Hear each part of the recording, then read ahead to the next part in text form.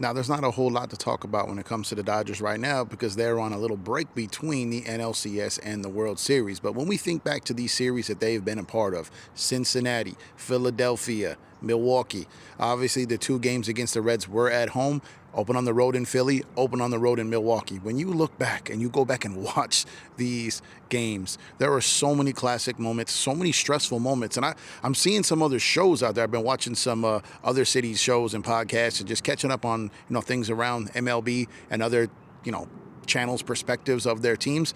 And there seems to be this theory that Dodger fans have faced no stress or no tension or no pressure during these playoffs. Like the Dodgers have just gone out there and mopped the floor with the competition. And that simply isn't the case. Look, the Reds ended up being 2-0, but there were portions in there, especially with our bullpen, where it got a little rocky. Philadelphia, game one, we saw what happened. That almost took an L in game one, going down 3-0, having to come back. And, the Roki magic struck. And then you have game two, almost took an L there, man. That wheel play, the phenomenal play that everyone will talk about for ages if the Dodgers continue what they're doing right now and go on to win a World Series.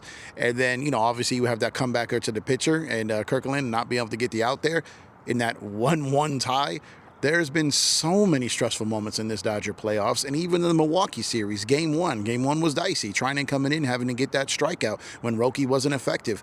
Game two was felt the same way. You had Yamamoto out there, and it just felt like, these two pitchers were dominant, but the Dodgers all season long have had moments where they've just blown leads at the end of games, so you never really felt safe, even though they have been dominating. Then they come back home, and it was a, pretty close game in game three, and game four got a little separation, but you still felt, man, get these 27 outs.